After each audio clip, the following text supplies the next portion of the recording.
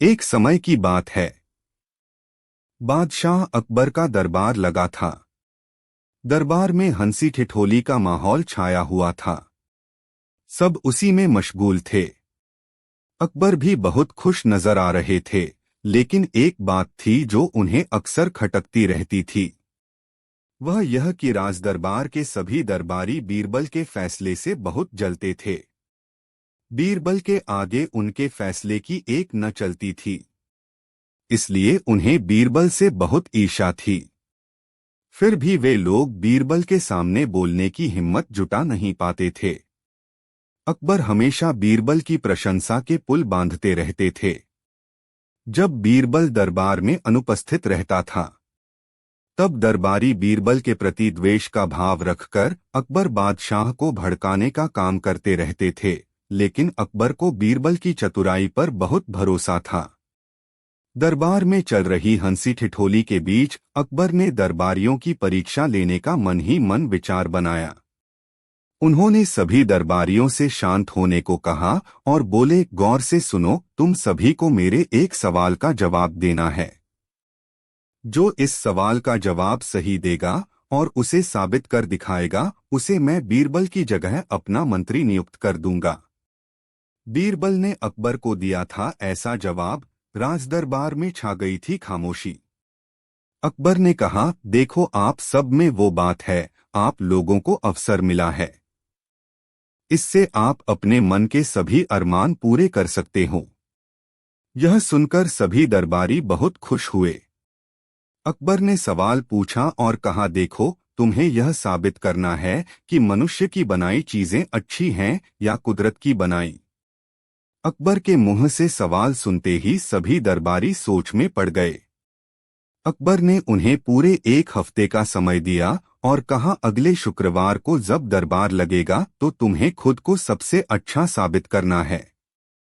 सब दरबारी अपने अपने घर को हो लिए। सभी इसी सोच में डूबे थे कि खुद को सबसे अच्छा कैसे साबित करे, लेकिन किसी में इतनी चतुराई भी तो नहीं थी जितनी कि बीरबल में।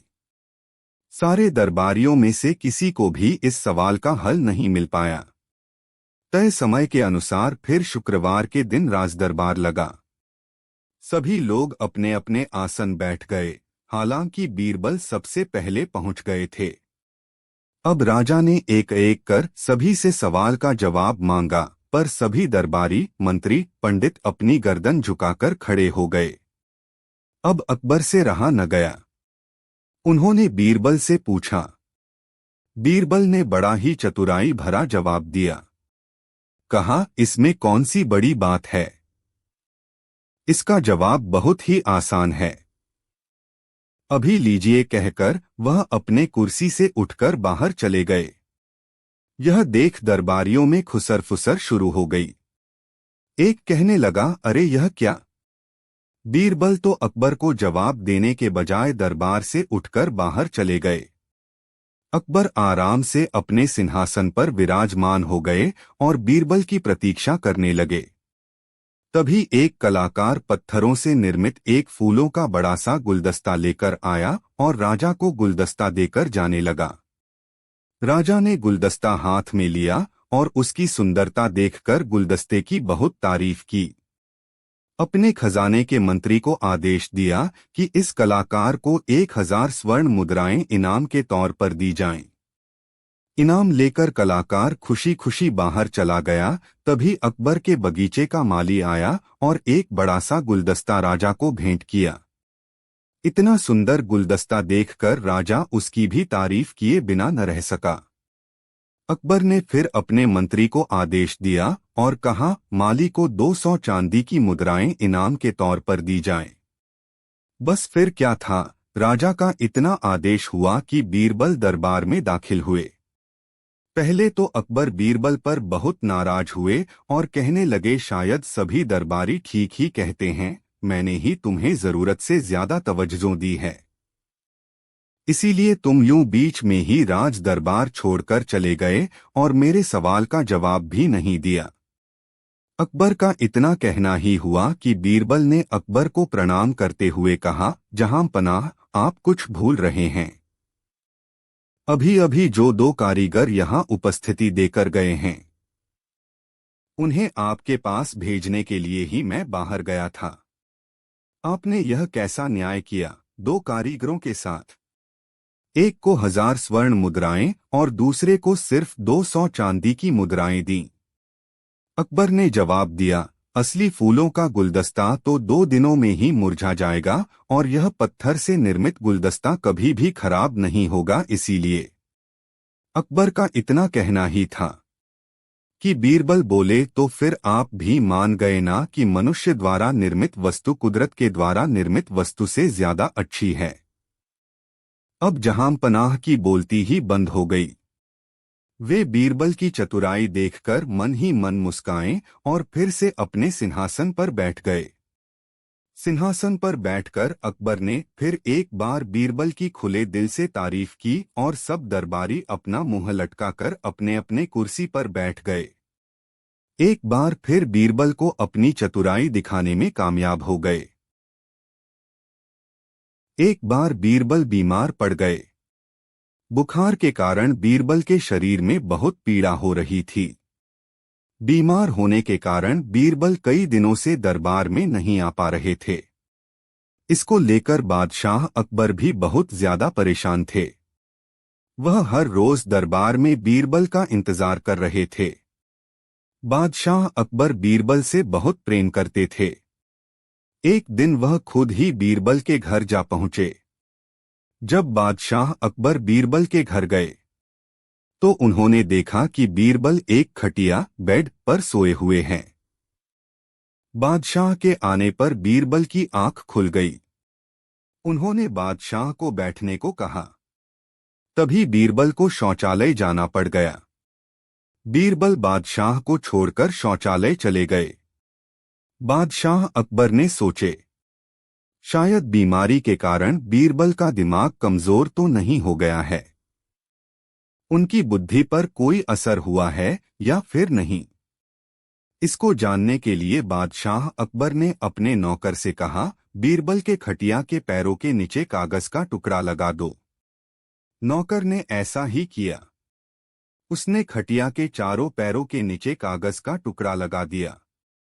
कुछ देर के बाद ही बीरबल शौचालय से आ गए। जैसे ही बीरबल खटिया पर बैठे तो उन्हें कुछ गड़बड़ लग रही थी। उन्हें समझ में नहीं आ रहा था कि क्या हुआ है या क्या हो रहा है, पर फिर भी उन्हें यह तो मालूम था कि कुछ तो जरूर है। बादशाह अकबर बीरबल से बात करने लगे। बादशाह अकबर बीरबल के ध्यान को भटकाना चाहते थे, लेकिन बीरबल बात भी कर रहे थे और इधर-उधर देख भी रहे थे। जब बादशाह अकबर से न रहा गया तो उन्होंने बीरबल से पूछा, बीरबल क्या हुआ है, तुम इधर-उधर क्या देख रहे हो? इस पर बीरबल ने कहा, पता नहीं मुझे क्यों ऐसा लगता है कि मेरा घर एक कागज के बराबर नीचे हो गया है या फिर मेरा खटिया एक कागज के बराबर ऊपर हो गया है। यह सुनकर बादशाह अकबर समझ गए कि बीरबल की बुद्धि अभी भी कम नहीं हुई है। पर बादशाह अकबर बोले, ऐसा हर किसी के साथ होता है जब वह बीमार होता है। बीमार होने के कारण तुम्हारा दिमाग भी सही से काम नहीं कर रहा है। इस पर बीरबल ने कहा, बीमार होने के कारण मेरा शरीर कमजोर हुआ है, न कि मेरी बुद्धि। मेरी बुद्धि अभी भी ठीक से काम कर रही है। यह सुनकर बादशाह अकबर ने कहा, वाह बीरबल वाह, तुमने आज साबित कर दिया कि तुम्हारी बराबरी का कोई भी नहीं है। एक दिन बादशाह अकबर ने ऐलान किया कि जो भी मेरे सवालों का सही जवाब देगा उसे भारी इनाम दिया जाएगा। सवाल कुछ इस प्रकार से थे। एक, ऐसा क्या है जो आज भी है और कल भी रहेगा? 2, ऐसा क्या है जो आज भी नहीं है और कल भी नहीं होगा? 3, ऐसा क्या है जो आज तो है लेकिन कल नहीं होगा? इन तीनों सवालों के उदाहरण भी देने थे। किसी को भी चतुराई भरे इन तीनों सवालों का जवाब नहीं सूझ रहा था। तभी बीरबल बोला, हुजूर, आपके सवालों का जवाब मैं दे सकता हूँ, लेकिन इसके लिए आपको मेरे साथ शहर का दौरा करना होगा। तभी आपके सवाल सही ढंग से हल हो पाएंगे। अकबर और बीरबल ने वेश बदला और सूफियों का बाना पहनकर निकल पड़े। कुछ ही देर बाद वे बाजार में खड़े थे। फिर दोनों एक दुकान में घुस गए। बीरबल ने दुकानदार से कहा, हमें बच्चों की पढ़ाई के लिए मदरसा बनाना है, तुम हमें इसके लिए 1000 रुपए दे दो। जब दुकानदार ने अपने मुनीम से कहा कि इन्हें 1000 रुपए दे दो तो बीरबल बोला, जब मैं तुमसे रुपए ले रहा हूँगा तो तुम्हारे सिर पर जूता मारूंगा। हर 1 रुपए के पीछे 1 जूता पड़ेगा। बोलो तैयार हो? यह सुनते ही दुकानदार के नौकर का पारा चढ़ गया और वह बीरबल से 2-2 हाथ करने आगे बढ़ाया। लेकिन दुकानदार ने नौकर को शांत करते हुए कहा, मैं तैयार हूं, लेकिन मेरी एक शर्त है। मुझे विश्वास दिलाना होगा कि मेरा पैसा इसी नेक काम पर खर्च होगा। ऐसा कहते हुए दुकानदार ने सिर झुका दिया और बीरबल से बोला कि जूता मारना शुरू करें। तब बीरबल व अकबर बिना कुछ कहे सुने दुकान से बाहर निकल आए। दोनों चुपचाप चले जा रहे थे कि तभी बीरबल ने मौन तोड़ा, बंदा परवर। दुकान में जो कुछ हुआ उसका मतलब है कि दुकानदार के पास आज पैसा है और उस पैसे को नेक कामों में लगाने की नीयत भी, जो उसे आने वाले कल भविष्य में नाम देगी। इसका एक मतलब यह भी है कि अपने नेक कामों से वह जन्नत में अपनी जगह पक्की कर लेगा। आप इसे यूं भी कह सकते हैं कि जो कुछ उसके पास आज है कल भी उसके साथ होगा। यह आपके पहले सवाल का जवाब है। फिर वे चलते हुए एक भिखारी के पास पहुंचे। उन्होंने देखा कि एक आदमी उसे कुछ खाने को दे रहा है और वह खाने का सामान उस भिखारी की जरूरत से कहीं ज्यादा है। तब बीरबल उस भिखारी से बोला, हम भूखे हैं, कुछ हमें भी दे दो खाने को। यह सुनकर भिखारी बरस पड़ा, भागो यहां से, जाने कहां से आ जाते हैं मांगने। तब बीरबल बादशाह से बोला, यह रहा हुजूर आपके दूसरे सवाल का जवाब। यह भिखारी ईश्वर को खुश करना नहीं जानता। इसका मतलब यह है कि जो कुछ इसके पास आज है वो कल नहीं होगा। दोनों फिर आगे बढ़ गए। उन्होंने देखा कि एक तपस्वी पेड़ के नीचे तपस्या कर रहा है। बीरबल ने पास जाकर उसके सामने कुछ पैसे रखे। तब वह तपस्वी बोला, इसे हटाओ यहां से, मेरे लिए यह बेईमानी से पाया गया पैसा है, ऐसा पैसा मुझे नहीं चाहिए। अब बीरबल बोला, हुजूर, इसका मतलब यह हुआ कि अभी तो नहीं है, लेकिन बाद में हो सकता है। आज यह तपस्वी सभी सुखों को नकार रहा है, लेकिन कल यही सब सुख इसके पास होंगे। और हुजूर, चौथी मिसाल आप खुद हैं। पिछले जन्म में आपने शुभ कर्म किए थे, जो यह जीवन आप शानो शौकत के साथ बिता रहे हैं, किसी चीज की कोई कमी नहीं। यदि आपने इसी तरह ईमानदारी और न्यायप्रियता से राज करना जारी रखा तो कोई कारण नहीं कि यह सब कुछ कल भी आपके पास न हो। लेकिन यह न भूलें कि यदि आप राह भटक गए तो कुछ साथ नहीं रहेगा। अपने सवालों के बुद्धिमत्तापूर्ण जवाब सुनकर बादशाह अकबर बेहद खुश हुए। शाम ढलने को थी। सभी आगंतुक धीरे धीरे अपने घरों को लौटने लगे थे। तभी बीरबल ने देखा कि एक मोटा सा आदमी शर्माता हुआ चुपचाप एक कोने में खड़ा है।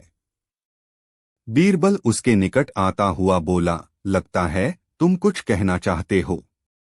बेहिचक कह डालो जो कहना है। मुझे बताओ तुम्हारी क्या समस्या है। वह मोटा व्यक्ति सकुचाता हुआ बोला, मेरी समस्या यह है कि मैं पढ़ा लिखा नहीं हूं। मैंने अपनी शिक्षा पर ध्यान नहीं दिया, जिसका मुझे खेद है। मैं भी समाज में सिर उठाकर सम्मान से जीना चाहता हूं, पर अब लगता है कि ऐसा कभी नहीं हो पाएगा।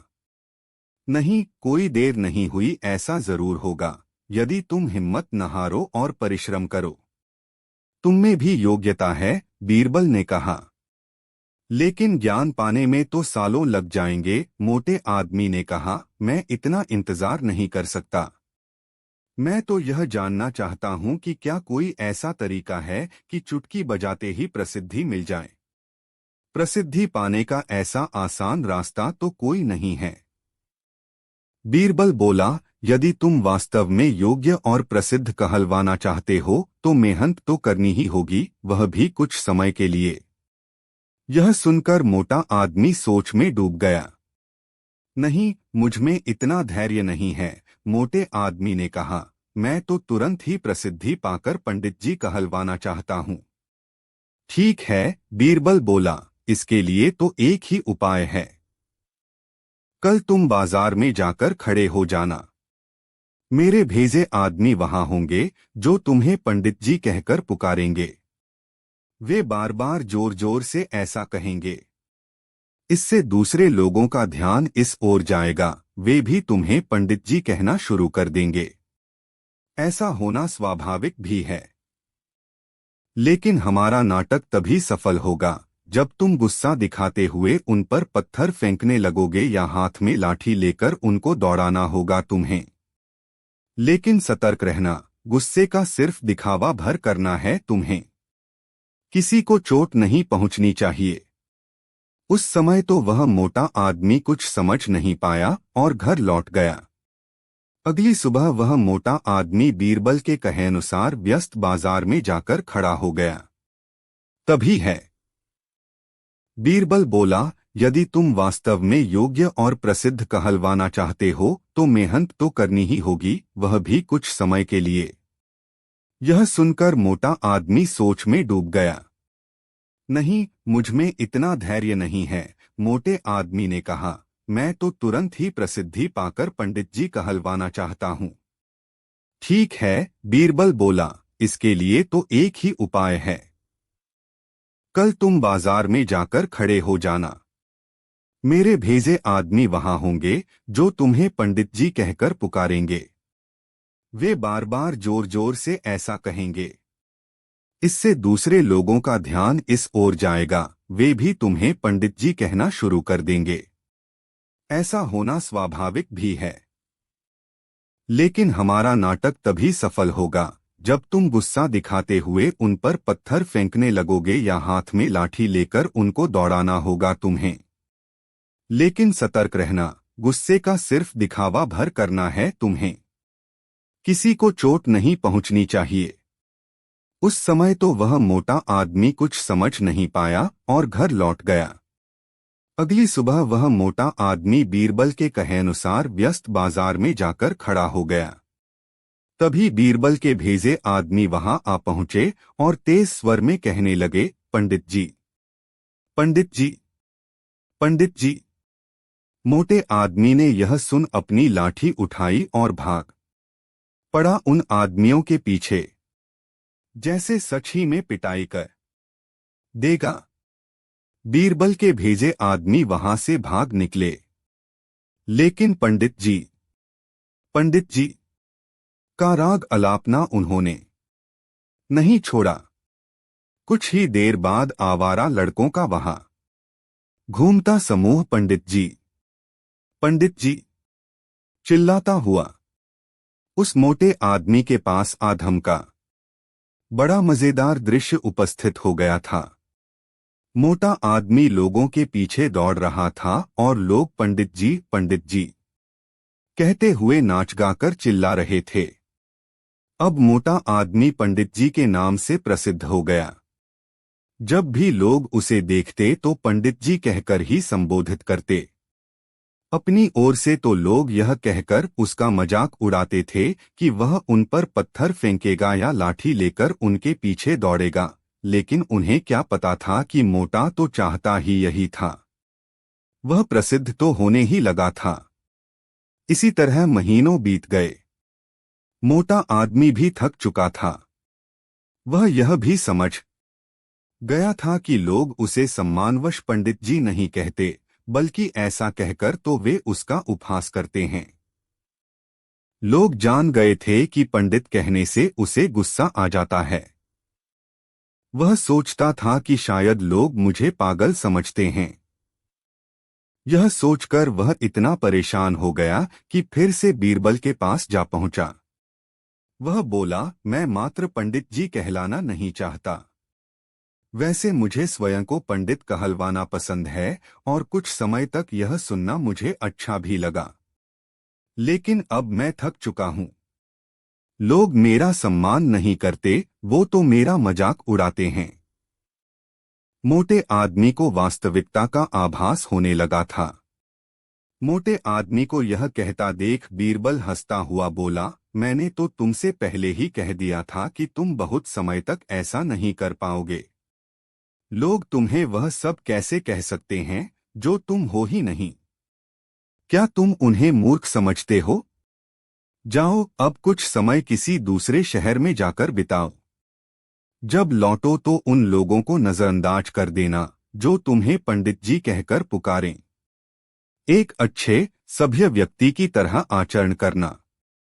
शीघ्र ही लोग समझ जाएंगे कि पंडित जी कहकर तुम्हारा उपहास करने में कुछ नहीं रखा और वे ऐसा कहना छोड़ देंगे। मोटे आदमी ने बीरबल के निर्देश पर अमल किया।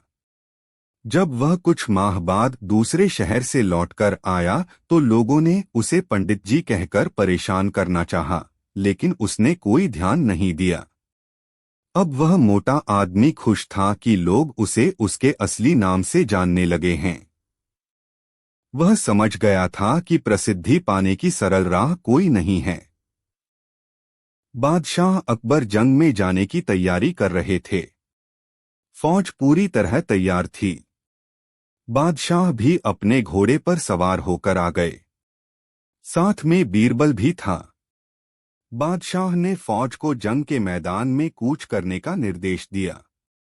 बादशाह आगे आगे थे, पीछे पीछे उनकी विशाल फौज चली आ रही थी।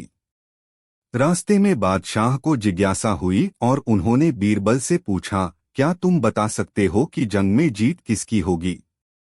हुजूर, इस सवाल का जवाब तो मैं जंग के मैदान में पहुंचने के बाद ही दूंगा, बीरबल ने कहा। कुछ देर बाद फौज जंग के मैदान में पहुंच गई। वहां पहुंचकर बीरबल ने कहा, हुजूर, अब मैं आपके सवाल का जवाब देता हूं और जवाब यह है कि जीत आपकी ही होगी। यह तुम अभी कैसे कह सकते हो, जबकि दुश्मन की फौज भी बहुत विशाल है? बादशाह ने शंका जाहिर की। हुजूर, दुश्मन हाथी पर सवार हैं और हाथी तो सूंड से मिट्टी अपने ऊपर ही फेंकता है तथा अपनी ही मस्ती में रहता है, जबकि आप घोड़े पर सवार हैं और घोड़ों को तो गाजी मर्द कहा जाता है। घोड़ा आपको कभी धोखा नहीं देगा, बीरबल ने कहा। उस जंग में जीत बादशाह अकबर की ही हुई। अधिक दिन नहीं बीते थे जब बीरबल ने अकबर को बताया कि उनकी सल्तनत में सबसे चालाक बनियों की ही जाती है। अकबर को व्यवहार और तर्क दोनों के सहारे बीरबल ने समझा भी दिया था कि बनिए वाकई चालाक होते हैं। समय बीत रहा था। एक दिन अकबर के मन में ख्याल आया कि अगर किसी विद्वान काजी से किसी बनिए की भिड़ंत हो जाए तब क्या होगा? क्या बनिया काजी को पराजित कर देगा? मन में यह ख्याल आते ही अकबर ने बीरबल को बुलवाया और उससे यह सवाल पूछा। बीरबल ने सहजता से उत्तर दिया, जहांपना, काजी तो किताबी कीड़ा होता है। बनिया व्यावहारिक जगत में लाभ कमाना सीखते रहने वाली कौम है। काजी को दुनियादारी से क्या लेना देना? वह तो इसी बात में मशरूफ रहता है कि किस किताब में क्या लिखा है। देखो बीरबल, तुम उलझी हुई बातें कर रहे हो। मुझे बताओ कि काजी और बनिए में यदि ठन जाए तो जीत किसकी होगी? अकबर ने बीरबल को टोका। जहांपना, जीतेगा बनिया ही, बीरबल ने कहा। उस दिन बात वहीं खत्म हो गई। मगर अकबर का मन यह मानने को राजी न हुआ कि पढ़ा लिखा काजी किसी अपढ़ बनिए से पछाड़ खा जाएगा। एक दो दिन के बाद अकबर ने बीरबल से कहा, बीरबल, क्या तुम सचमुच मानते हो कि यदि काजी और बनिए में मुकाबला हो जाए तो बनिए की जीत होगी? जी हाँ जहांपनाह, बीरबल ने मुस्कुराते हुए उत्तर दिया। उस समय बीरबल के मुस्कुराने का सीधा अर्थ था कि वह समझ गया है कि बादशाह अब उसे यह प्रमाणित करने के लिए कहेंगे कि बनिया काजी से भी चालाक होता है। और हुआ भी वही। अकबर ने बीरबल से कहा, बीरबल, अब तुम मुझे किसी दिन यह प्रत्यक्ष दिखला दो कि काजी से बनिया चालाक होता है। यदि तुम ऐसा न कर पाओ तब भविष्य में ध्यान रखना कि मेरे सामने इस तरह के अटपटे दावे मत करना। बीरबल ने महसूस किया कि अकबर बेहद संजीदा हैं। इसलिए उसने अपनी भलाई इसी में समझी कि किसी तरह अकबर के सामने काजी और बनिए की बुद्धिमत्ता की परीक्षा करा दी जाए। ऐसा सोचने के बाद बीरबल का विचार मंथन आरंभ हो गया कि किस तरह काजी और बनिए की बुद्धि की परख अकबर के सामने कराई जाए। आखिर बीरबल एक नतीजे पर पहुंचा और एक दिन उसने अकबर से कहा कि राज्य में सबसे बुद्धिमान काजी की तलाश कराई जाए। इस काम को अंजाम देने के लिए उसने अकबर को सलाह दी कि काजियों की तकरीर का आयोजन करके सबसे तेजतर्रार काजी की पहचान की जा सकती है। बीरबल की सलाह पर एक दिन काजियों की तकरीर का आयोजन हुआ। उस आयोजन में बादशाह अकबर स्वयं शामिल हुए। सबसे तेजतर्रार काजी की पहचान के लिए विद्वानों का एक समूह मुकर्रर था जिसने बादशाह की सम्मति से सबसे बुद्धिमान काजी की पहचान की और समारोह में उस काजी को सम्मानित किया गया। बीरबल की सलाह पर अकबर ने उस काजी को अपने महल में दावत पर बुलाया। इस बीच बीरबल अपनी विशेष योजना के क्रियान्वयन में लग गया। अकबर से उसने सिर्फ यह गुजारिश की कि काजी की बुद्धि की परीक्षा के लिए वह जो कुछ कहे या करे उसे कहने और करने दिया जाए। जिस दिन काजी अकबर के महल में दावत खाने के लिए आया उस दिन एक नाई के साथ बीरबल भी वहां पहुंचा। काजी ने भोजन कर लिया तब बीरबल उसके पास गया। उसने काजी से बहुत विनम्रतापूर्वक कहा, जनाब, आप जैसा जानकार और बुद्धिमान व्यक्ति हमारी सल्तनत में कोई दूसरा नहीं है। बादशाह सलामत आपसे मिलकर बहुत खुश हैं। अपनी तारीफ सुनकर काजी फूला न समाया। आमतौर पर विद्वानों में अपनी विद्वत्ता का गुरूर रहता ही है और इस तरह की सराहना से उसके गर्व का पोषण होता है। ऐसा ही उस काजी के साथ हुआ। बीरबल की तरफ उसने गर्व से देखा और फिर उसी गर्व से अकबर की तरफ देखकर सलाम की मुद्रा में हाथ उठाया। गर्वीले काजी ने ऐसा करके अपनी विनम्रता दर्शाई। प्रायः विद्वान इस तरह की विनम्रता लोक व्यवहार के कारण दर्शाते हैं, जबकि सच्चाई यह होती है कि उनमें अपनी जानकारी का अभिमान होता है, विनम्रता नहीं। बीरबल विद्वानों की इस विशेषता से परिचित था। उसने पुनः काजी से कहा, जनाब, हमारे बादशाह सलामत आपके प्रशंसक हैं। उन्हें कल रात एक ख्वाब आया है कि उनसे फरिश्ते फरमा रहे हैं कि तुम यदि काजी की दाढ़ी अपने तख्त के गद्दे में रखो तो तुम्हारी सल्तनत कायम रहेगी और तुम्हारी रियाया को किसी चीज की कमी नहीं रहेगी। आप तो जानते हैं कि पूरी सल्तनत में आपके जैसा विद्वान काजी कोई दूसरा नहीं है, इसलिए बादशाह सलामत के लिए अपनी दाढ़ी कुर्बान कर दें। इसके लिए आपको मुहमांगी कीमत अदा की जाएगी। बीरबल की बातें सुनकर काजी अजीब सी दुविधा में पड़ गया। वह समझ नहीं पा रहा था कि कहे भी तो क्या कहे। उसे दुविधा में पड़ा देख बीरबल ने उसे उकसाया, सोचते क्या हैं जनाब? अकबर के राज में काजियों की कमी नहीं है, मगर जो रुतबा आपका है वह दूसरों का नहीं। आप सितारों के झुंड में चांद के समान हैं, इसलिए बादशाह ने बहुत सोच समझकर इस काम के लिए आपका चुनाव किया है। यह वक्त बादशाह के काम आने का है, सोचने विचारने का नहीं। यदि आपने बादशाह के नाम पर अपनी दाढ़ी कुर्बान कर दी तब बादशाह की नजर में आपकी इज्जत और भी बढ़ जाएगी। दुविधाग्रस्त काजी संशयुक्त मन से बीरबल से बोला, काजियों के लिए दाढ़ी का बड़ा महत्व है। आज तक मैंने बिना दाढ़ी वाला काजी नहीं देखा है। आप ही सोचें मैं दाढ़ी कैसे कटवा दूं। दाढ़ी ही तो मेरी पहचान है। बीरबल ने काजी की बातें सुनकर हंसते हुए कहा, अरे जनाब, आप जैसे विद्वान के मुंह से बच्चों जैसी बातें सुनकर मुझे तो बड़ी हैरत हो रही है। यह आपसे किसने कह दिया कि आपकी पहचान इस दाढ़ी से है? मेरी मानिए जनाब, आपकी पहचान आपकी विद्वत्ता से है, जिसके कायल बादशाह सलामत भी हैं। रही बात दाढ़ी की, तो वह तो अपनी सदाबहार खेती है। आज कटेगी और कल बढ़ जाएगी। काजियों जैसी दाढ़ी तो देखते देखते बढ़ जाएगी। बेचारा काजी लाजवाब हो गया। बीरबल ने उससे फिर कहा, कोई मुफ्त में दाढ़ी कटाने की बात होती तो आप इस तरह सोच विचार करते। बादशाह सलामत तो आपको दाढ़ी की मुहमांगी कीमत देने के लिए तैयार बैठे हैं।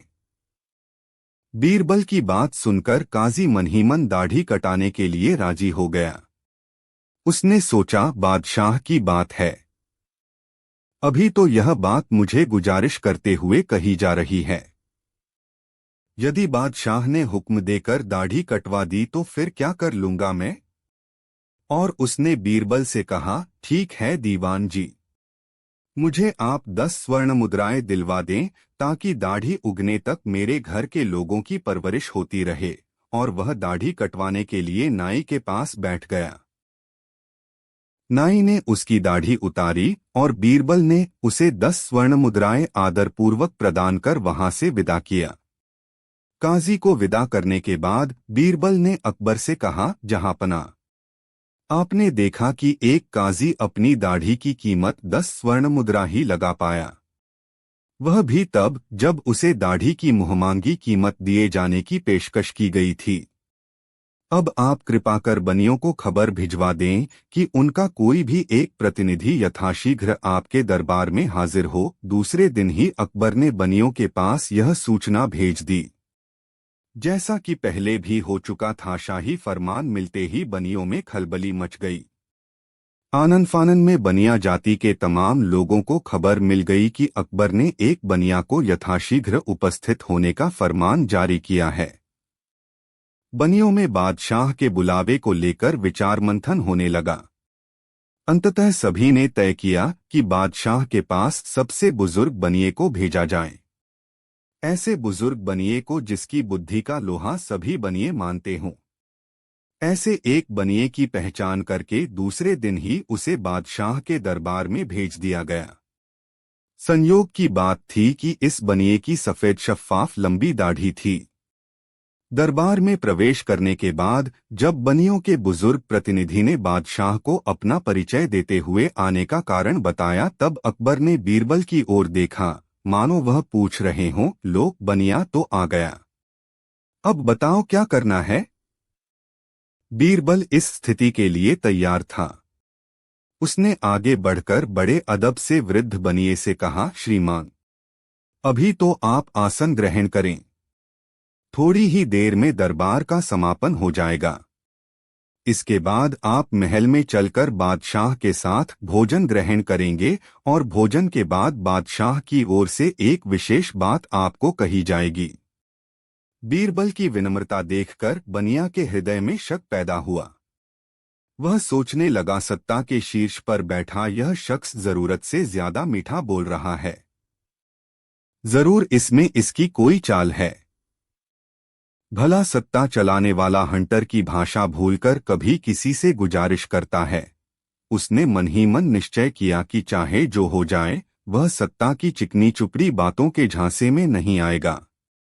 अकबर थोड़ी देर के बाद दरबार मुलतवी कर अपने महल की ओर चल दिए। बीरबल उस बनिए को साथ लेकर अकबर के पीछे पीछे चलने लगा। महल में प्रवेश करने से पूर्व उसने एक सिपाही को निर्देश दिया कि वह जाकर यथाशीघ्र शाही हज्जाम को बुला लाए। अकबर ने बनिया और बीरबल के साथ भोजन किया। भोजन करते समय अकबर ने बीरबल से सांकेतिक भाषा में कहा, लगता है आज काम हो जाएगा। देखना, अपनी बात साबित करने के लिए तुम कोई गुस्ताखी न कर बैठो। बीरबल ने कुछ कहा नहीं, बस मुस्कुराकर चुप्पी साध ली। उधर बनिया अकबर की बात सुनकर और सहम गया। पता नहीं क्या चाहते हैं बादशाह। बड़े लोग बिना किसी बड़े प्रलोभन के किसी छोटे आदमी के साथ भोजन करना तो दूर पास फटकना भी गवारा नहीं करते। बनिए ने मन ही मन अपना निश्चय दोहराया, चाहे जो हो जाए, मुझे इन बड़े लोगों के झांसे में नहीं आना है। भोजन समाप्त हो जाने के बाद बीरबल ने वृद्ध बनिए को एक तरफ बुलाया। उस समय तक सिपाही शाही हज्जाम को बुलाकर वहां हाजिर हो चुका था। बीरबल ने वृद्ध बनिए को भी बादशाह सलामत के ख्वाब में फरिश्ते के कथन की कहानी सुनाई तथा कहा कि फरिश्ते का कहना था कि राज्य का कोई बनिया यदि अपनी दाढ़ी कुर्बान कर दे और बादशाह उस दाढ़ी को अपने तख्त की गद्दी में डलवा ले तो राज्य की प्रजा खुशहाल रहेगी। वृद्ध बनिया तजुर्बेकार था। उसने भांप लिया कि बीरबल सफेद झूठ बोल रहा है, मगर अपने संदेह को प्रकट किए बिना उसने बीरबल से कहा, मुझे अपनी दाढ़ी से प्यार है। मेरे दादा मरे तब भी मैंने दाढ़ी नहीं कटवाई। इस दाढ़ी की शुद्धि के लिए मुझे 1000 स्वर्ण मुद्राएं खर्च कर यज्ञ हवन एवं ब्राह्मण भोज आदि अनुष्ठान करने पड़े। बीरबल ने बनिए को आनाकानी करते देखकर कहा, श्रीमान, बादशाह तो आपको दाढ़ी की मुहमांगी कीमत देने के लिए तैयार हैं। अरे क्या मुहमांगी कीमत दे सकते हैं वो? मुझे अपनी दाढ़ी से इतना लगाव है कि जब मेरे पिता का निधन हुआ तब भी मैंने अपनी दाढ़ी नहीं कटवाई। बेशक दाढ़ी शुद्धि के लिए मुझे 10 सहस्र स्वर्ण मुद्राएं व्यय कर विविध अनुष्ठान कराने पड़े, बनिए ने कहा। बीरबल मन ही मन बनिए की चालाकी की सराहना कर रहा था। उसने सोचा कि अब अधिक बोलना ठीक नहीं है। 2 टोके में तो बनिया अपनी दाढ़ी पर 11,000 स्वर्ण मुद्राओं का व्यय बता चुका है। ऐसा सोचकर बीरबल ने बनिए से कहा, तुम्हारी दाढ़ी पर अब तक 11,000 स्वर्ण मुद्राएं खर्च हुई हैं। मैं तुम्हें राजकोष से 15,000 स्वर्ण मुद्राएं दिला देता हूं। तुम बादशाह सलामत के लिए अपनी दाढ़ी कुर्बान कर दो। ऐसा कहने के बाद बीरबल ने हज्जाम को संकेत किया। जब हज्जाम उस बनिए के पास पहुंचा तब बनिए ने कहा, खबरदार, मेरी दाढ़ी को छूना भी मत। अभी बादशाह की ओर से इसकी कीमत हासिल नहीं हुई है। बीरबल ने शीघ्र ही राजकोष से 15,000 स्वर्ण मुद्राएं मंगवाकर बनिए को थमा दी। स्वर्ण मुद्राओं की थैली हाथ में थाम लेने के बाद वृद्ध बनिए ने एक हाथ से अपनी दाढ़ी सहलाई और कहा, अब यह दाढ़ी मेरी नहीं, बादशाह सलामत की अमानत हो गई है। शाही हज्जाम उसकी दाढ़ी साफ करने के लिए फिर बढ़ा और उसकी दाढ़ी पर पानी लगाकर उसे मुलायम करने लगा ताकि उस तरह से उसकी सफाई हो सके कि इसी दौरान वृद्ध बनिए ने एक तमाचा हज्जाम को जड़ दिया। खबरदार बदतमीज, बनिया चिल्लाया, मैंने तुम्हें बताया था न कि यह दाढ़ी अब किसी ऐरे गैरे बनिए की नहीं। यह दाढ़ी अब बादशाह सलामत की अमानत है। इसके साथ तमीज से पेश आओ। बेचारा हज्जाम बनिए के तमाचे से सकते में आ गया। बीरबल समझ रहा था कि बनिया अब चालाकी पर उतारू हो चुका है। उसे मानो इसी पल का इंतजार था।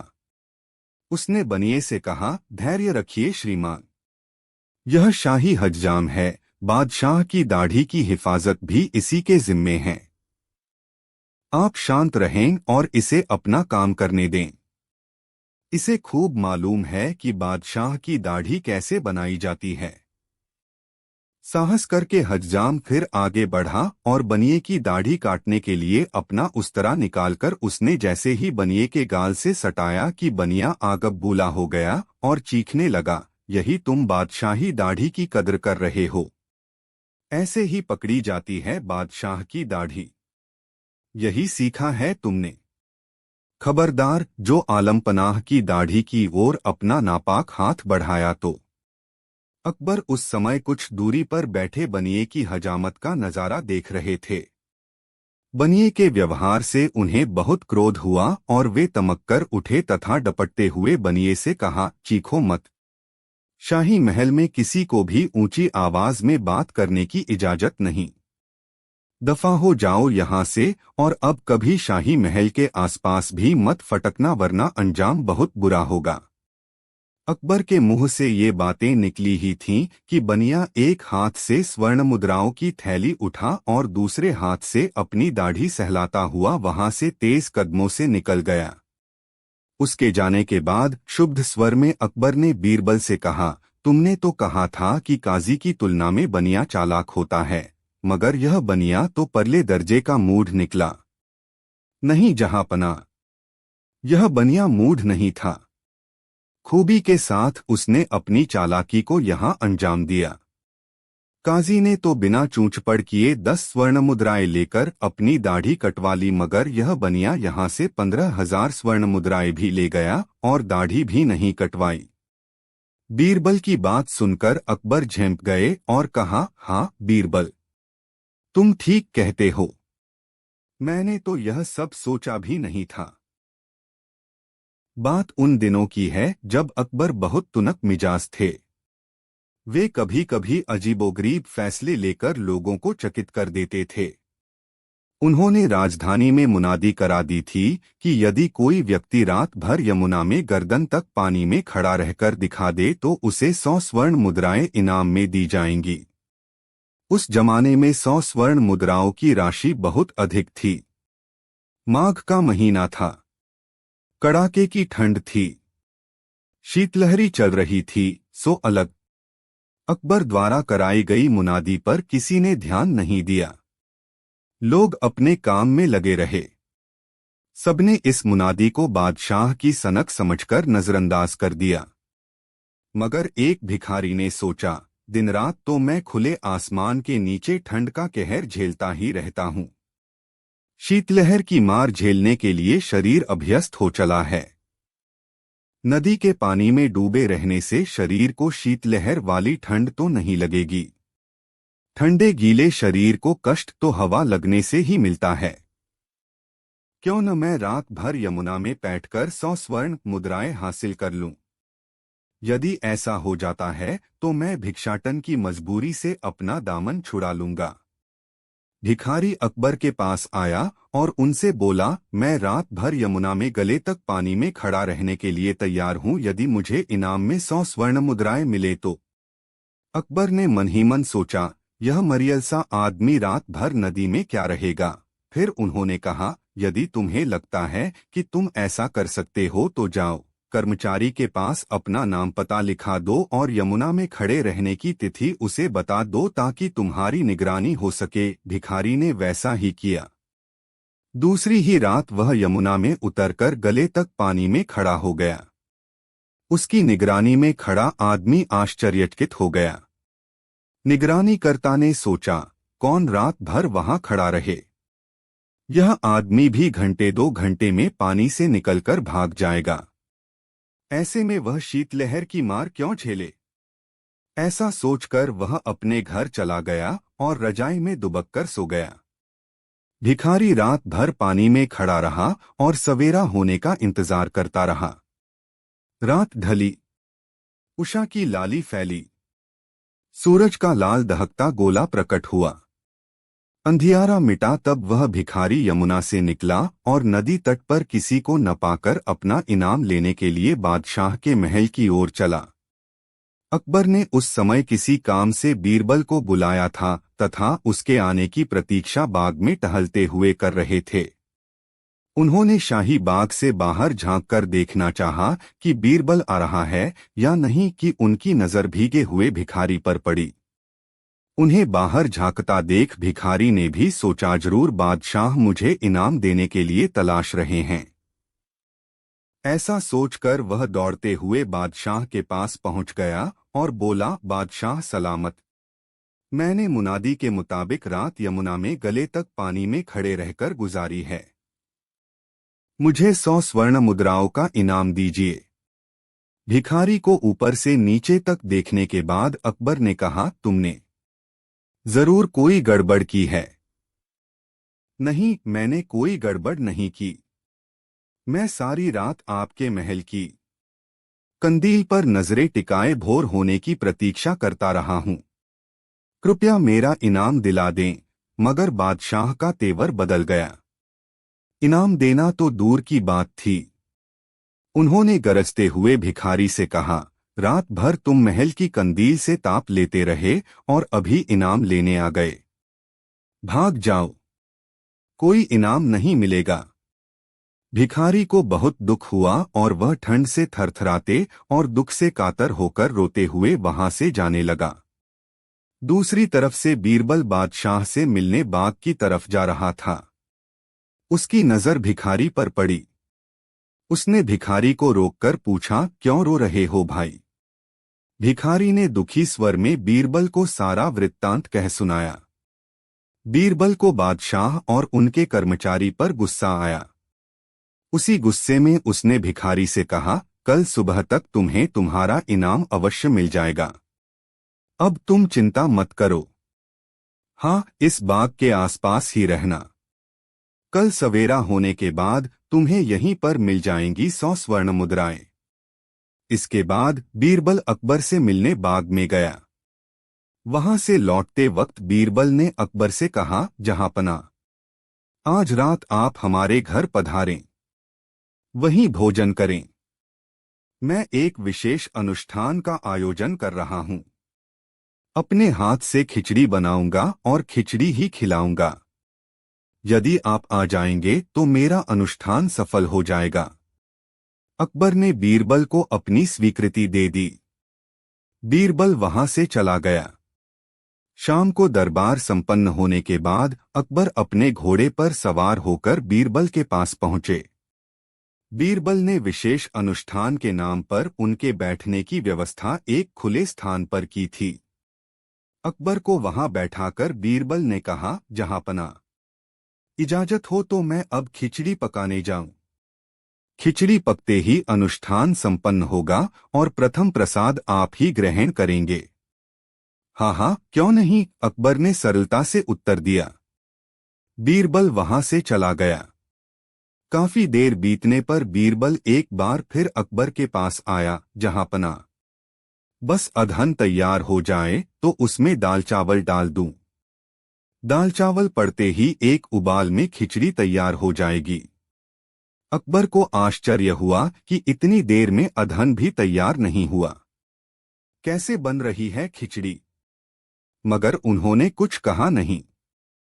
बीरबल वहां से मुस्कुराता हुआ चला गया। कुछ देर के बाद बीरबल फिर वहां आया। अकबर जो वहां बैठे ऊब चुके थे, बोले, बीरबल, हो गया तुम्हारा अधन तैयार? नहीं जहांपना, यही तो बताने आया था। आंच भी बढ़ा दी है, बीरबल ने सादगी से उत्तर दिया। मगर अकबर अब बेचैन हो चले थे। उन्होंने कहा, क्या खिचड़ी खिलाने के लिए तुम हमें रात भर बैठाओगे?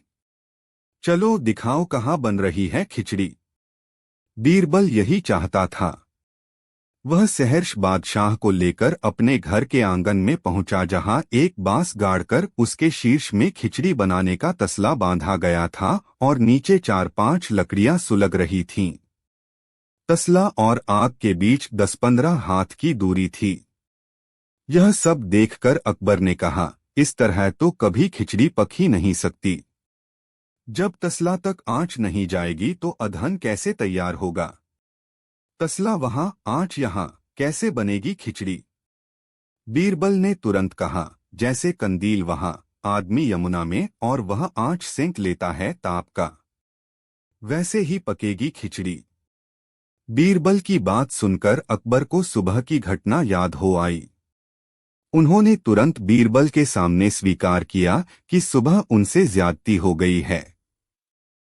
बीरबल ने कहा, कोई बात नहीं जहांपना, कल सुबह वह भिखारी बाग के पास मिल जाएगा, उसे उसका पुरस्कार अवश्य दिलवा दें। इसके बाद बीरबल ने बादशाह को भोजन कराकर विदा किया। जाते जाते बादशाह बोले, बीरबल, मैं चाहता हूं कि तुम ही उस आदमी को इनाम दो। ठीक है जहांपना, कल सुबह मैं भी बाग में आ जाऊंगा, बीरबल ने कहा। दूसरे दिन सुबह जब बीरबल उस भिखारी को 100 स्वर्ण मुद्राओं की थैली प्रदान कर रहा था, तब भिखारी की आंखों में एक विचित्र सी चमक थी। उसका चेहरा दमक रहा था। एक समय की बात है जब बादशाह अकबर का परचम पूरे विश्व में फैलने लगा था। उसी दौरान तुर्किस्तान के बादशाह को अकबर की बुद्धिमत्ता की परीक्षा लेने की सूझी। तुर्किस्तान के बादशाह ने अपने दूत को संदेश पत्र देकर कुछ सिपाहियों के साथ दिल्ली रवाना किया। बादशाह ने पत्र में लिखा था, मुझे सुनने में आया है कि भारत में ऐसा पेड़ है जिसके पत्ते को खाकर इंसान की आयु बढ़ाने में मदद मिल सकती है। अगर यह बात सच है तो मेरे लिए उस पेड़ के कुछ पत्ते जरूर भेजें। जब अकबर ने उस पत्र को पढ़ा तो वे सोच में पड़ गए। इस चिंता से उबरने के लिए अकबर ने बीरबल का सहारा लिया। बीरबल की सलाह पर बादशाह अकबर ने तुर्किस्तान से आए सिपाहियों और दूत को कैद करने का आदेश दिया। सिपाही और दूत के कैदखाने में कई दिन बीत जाने के बाद अकबर और बीरबल एक दिन उनसे मिलने गए। अकबर और बीरबल को आते देखकर वे सोचने लगे कि उन्हें रिहाई मिल जाएगी, लेकिन ऐसा नहीं हुआ। बादशाह अकबर जब उनके पास पहुंचे तो उन्होंने दूत से कहा, जब तक इस किले की एक दो ईंट गिर नहीं जाती तब तक आप लोगों को आजाद नहीं करेंगे। ऐसा होने तक आप सभी के लिए यहाँ खाने पीने का पूरा इंतजाम किया जाएगा। इतना कहकर बादशाह अकबर और बीरबल वहां से चले गए। उनके जाने के बाद दूत और सिपाही कैद से निकलने के लिए उपाय सोचने लगे। जब कोई रास्ता नजर नहीं आया तो भगवान से प्रार्थना करने लगे। जल्द ही उनकी प्रार्थना रंग लाई और कुछ दिनों बाद अचानक तेज भूकंप आया और भूकंप के कारण किले का एक भाग टूटकर गिर गया। इस घटना के बाद दूत ने अकबर के पास किले की दीवार गिरने की खबर भिजवाई। यह खबर सुनते ही बादशाह अकबर को अपना वादा याद आया और उन्होंने तुर्किस्तान के दूत व सिपाहियों को दरबार में प्रस्तुत होने का आदेश दिया। उनके दरबार में पहुंचते ही बादशाह अकबर बोले, अब तो आप सबको अपने बादशाह के द्वारा भेजे गए पत्र का उत्तर मिल गया होगा। अगर अब भी आपको समझ नहीं आया है तो मैं समझा देता हूँ। तुम सिर्फ 100 लोग हो और तुम्हारी आह सुनकर किले का एक हिस्सा गिर गया, तो सोचो जिस देश में हजारों लोगों पर अत्याचार होते हैं उस देश के बादशाह की आयु कैसे बढ़ेगी। लोगों की आह से उसका पतन तो निश्चित है। हमारे भारत देश में किसी गरीब पर अत्याचार नहीं होता। यही होता है आयुवर्धक वृक्ष। उसके कुछ दिन बाद बादशाह ने उन सभी को उनके देश भेज दिया और रास्ते में होने वाले खर्चे के लिए कुछ पैसे भी दिए। दूत ने तुर्किस्तान पहुंचकर भारत में घटित सारी बात विस्तार से बादशाह को बताई।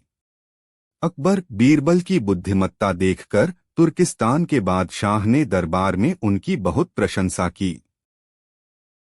एक बहेलिये को तोतों में बड़ी ही दिलचस्पी थी। वह उन्हें पकड़ता, सिखाता और तोते के शौकीन लोगों को ऊंचे दामों में बेच देता था। एक बार एक बहुत ही सुंदर तोता उसके हाथ लगा। उसने उस तोते को अच्छी अच्छी बातें सिखाई, उसे तरह तरह से बोलना सिखाया और उसे लेकर अकबर के दरबार में पहुंच गया। दरबार में बहेलिये ने तोते से पूछा, बताओ यह किसका दरबार है? तोता बोला, यह जहांपनाह अकबर का दरबार है। सुनकर अकबर बड़े ही खुश हुए। वे बहेलिये से बोले, हमें यह तोता चाहिए, बोलो इसकी क्या कीमत मांगते हो? बहेलिया बोला, जहांपनाह सब कुछ आपका है, आप जो दें वही मुझे मंजूर है। अकबर को जवाब पसंद आया और उन्होंने बहेलिये को अच्छी कीमत देकर उससे तोते को खरीद लिया। महाराजा अकबर ने तोते के रहने के लिए बहुत खास इंतजाम किए। उन्होंने उस तोते को बहुत ही खास सुरक्षा के बीच रखा और रखवालों को हिदायत दी कि इस तोते को कुछ नहीं होना चाहिए। यदि किसी ने भी मुझे इसकी मौत की खबर दी तो उसे फांसी पर लटका दिया जाएगा। अब उस तोते का बड़ा ही ख्याल रखा जाने लगा। मगर विडंबना देखिए कि वह तोता कुछ ही दिनों बाद मर गया। अब उसकी सूचना महाराज को कौन दे? रखवाले बड़े परेशान थे। तभी उनमें से एक बोला कि बीरबल हमारी मदद कर सकता है। और यह कहकर उसने बीरबल को सारा वृत्तांत सुनाया तथा उससे मदद मांगी। बीरबल ने एक क्षण कुछ सोचा और फिर रखवाले से बोला, ठीक है, तुम घर जाओ, महाराज को सूचना मैं दूंगा। बीरबल अगले दिन दरबार में पहुंचा और अकबर से कहा, हुजूर, आपका तोता। अकबर ने पूछा, हाँ हाँ, क्या हुआ मेरे तोते को? बीरबल ने फिर डरते डरते कहा, आपका तोता जहांपना। हाँ हाँ, बोलो बीरबल, क्या हुआ तोते को? महाराज, आपका तोता। बीरबल बोला। अरे खुदा के लिए कुछ तो कहो बीरबल, मेरे तोते को क्या हुआ? अकबर ने खींचते हुए कहा। जहां पनाह, आपका तोता न तो कुछ खाता है, न कुछ पीता है, न कुछ बोलता है, न अपने पंख फड़फड़ाता है, न आंखें खोलता है, और न ही। राजा ने गुस्से में कहा, अरे सीधा सीधा क्यों नहीं बोलते कि वह मर गया है? बीरबल तपाक से बोला, हुजूर, मैंने मौत की खबर नहीं दी, बल्कि ऐसा आपने कहा है, मेरी जान बख्शी जाए। महाराज निरुत्तर हो गए।